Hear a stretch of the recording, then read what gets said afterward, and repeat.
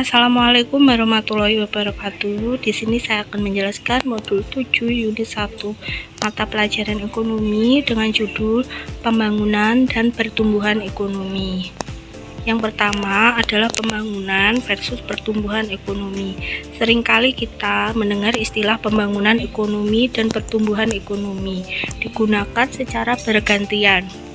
Namun, apakah keduanya memiliki arti yang sama atau berbeda, dan mana yang lebih dulu dialami suatu negara? Pembangunan dan pertumbuhan ekonomi adalah dua konsep yang berbeda namun saling berhubungan. Mari kita bahas penyebab perbedaan secara lebih rinci. Apa itu pembangunan ekonomi? Pembangunan ekonomi adalah proses kenaikan pendapatan total dan pendapatan per kapita suatu negara dengan mempertimbangkan adanya pertambahan penduduk.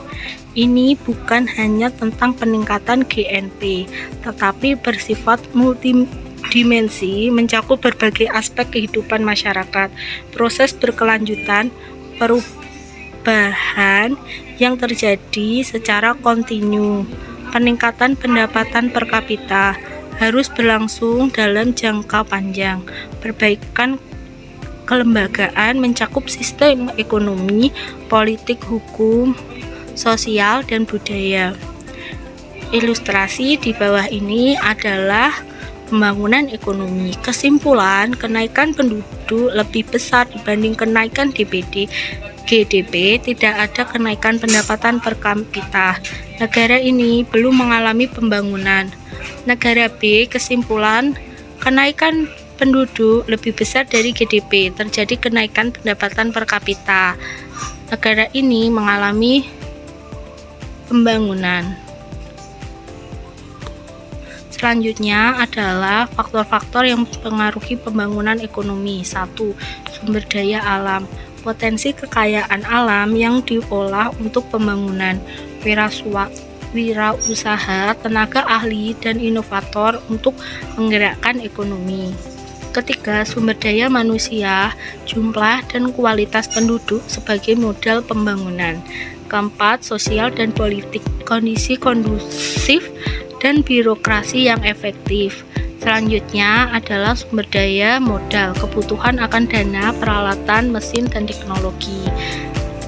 Ini studi kasus Maluku Utara yang kaya akan sumber daya alam, namun sektor ekonominya belum berkembang optimal karena isu listrik dan kurangnya pemanfaatan sumber energi. Pemerintah membagi Halmahera menjadi dua klaster ekonomi untuk mempercepat pengembangan.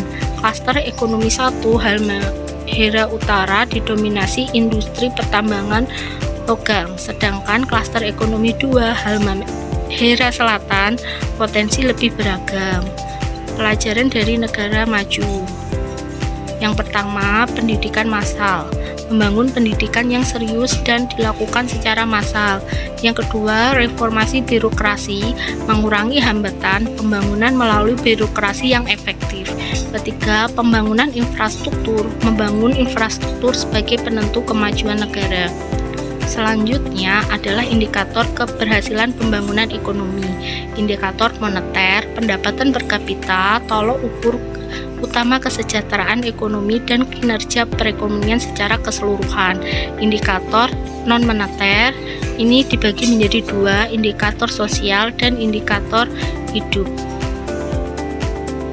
Yang ketiga, indikator campuran, ini substansi inti dan indeks pembangunan manusia atau IPM. Permasalahan pembangunan di negara berkembang seringkali menghadapi tantangan besar dalam pembangunan ekonomi, seperti ketergantungan pada pinjaman dan sektor primer.